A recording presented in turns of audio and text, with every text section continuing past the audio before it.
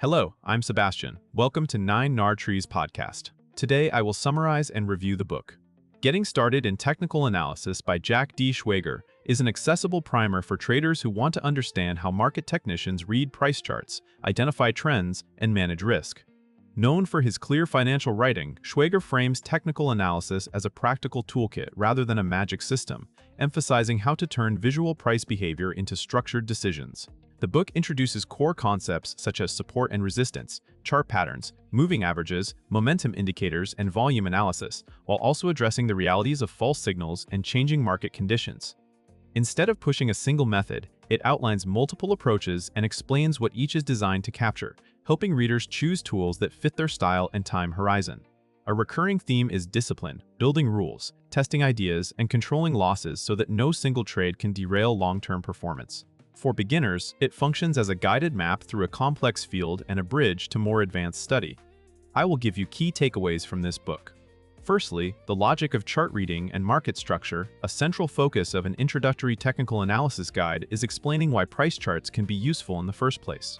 Schwager frames technical analysis as the study of market behavior expressed through price, volume, and time, translating crowd psychology into observable patterns. Readers learn the foundational vocabulary of trends, ranges, and turning points, including how markets shift from accumulation to markup, then distribution and decline. The topic typically covers the practical meaning of support and resistance, why prior highs and lows matter, and how traders interpret breakouts, pullbacks, and failed moves. This foundation helps readers stop treating charts as art and start treating them as structured evidence. It also clarifies an important nuance. Technical analysis is probabilistic, not predictive. A pattern or level does not guarantee an outcome, but it can define a trade idea with clear invalidation. By connecting chart structure to decision-making, the book positions chart reading as a way to organize uncertainty, avoid random entries, and develop repeatable methods that can be applied across stocks, futures, currencies, or other liquid markets. Secondly, trend identification tools and moving average frameworks. Many beginners struggle with a simple question: is the market trending or not? This topic explains common ways technicians classify trend direction and strength, using tools that reduce noise while staying responsive to changes. Moving averages are typically introduced as a core technique, with attention to how different look-back lengths suit different trading horizons. Readers learn how moving averages can serve as dynamic support and resistance, how crossovers are used to signal potential shifts, and why whipsaws occur in choppy markets. The discussion often expands to trend lines and channels, illustrating how to draw them consistently and how to interpret breaks and retests. Importantly, the book encourages readers to treat these tools as filters and frameworks rather than standalone buy and sell signals. For example, a moving average might define the trend context, while entries come from pullbacks, breakouts, or indicator confirmation. The practical value is learning to align trades with the dominant direction, which can improve odds and reduce the temptation to fight momentum. The topic also highlights the trade-off between responsiveness and reliability, helping readers choose settings and rules that match their temperament. Thirdly, chart patterns, breakouts, and the discipline of confirmation. Chart patterns are one of the most recognizable elements of technical analysis, and this topic explains how to approach them without falling into pattern hunting. Schwager typically emphasizes what a pattern represents in terms of supply and demand, rather than memorizing names. Readers encounter common formations such as triangles, flags, head and shoulders, double tops and bottoms, and broader consolidation structures. The key lesson is that patterns become actionable when they define a clear boundary and a clear trigger, usually a breakout above resistance or below support. Equally important is learning to respect failure. False breakouts and failed patterns can be powerful information, but only if risk is controlled. The book usually explores confirmation techniques, such as waiting for a close beyond a level, observing volume behavior, or using follow-through rules to reduce premature entries. It also helps readers think about measured moves, targets, and stop placement derived from the structure of the pattern. By focusing on rules and context, this topic guides beginners away from subjective chart doodling and toward consistent execution with defined entries, exits, and contingency plans. Fourthly, momentum oscillators, overbought, oversold signals, and divergence. Beyond trend and pattern work, technicians often use indicators to gauge momentum, exhaustion, and the likelihood of continuation versus reversal. This topic introduces oscillators commonly used for that purpose, such as RSI, stochastics, and MACD, and explains what they are attempting to measure.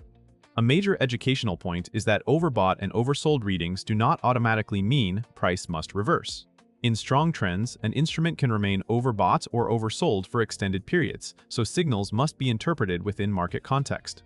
The book typically teaches readers to look for indicator confirmation, including momentum shifts, signal line behavior, and especially divergence, where price makes a new extreme but the indicator does not.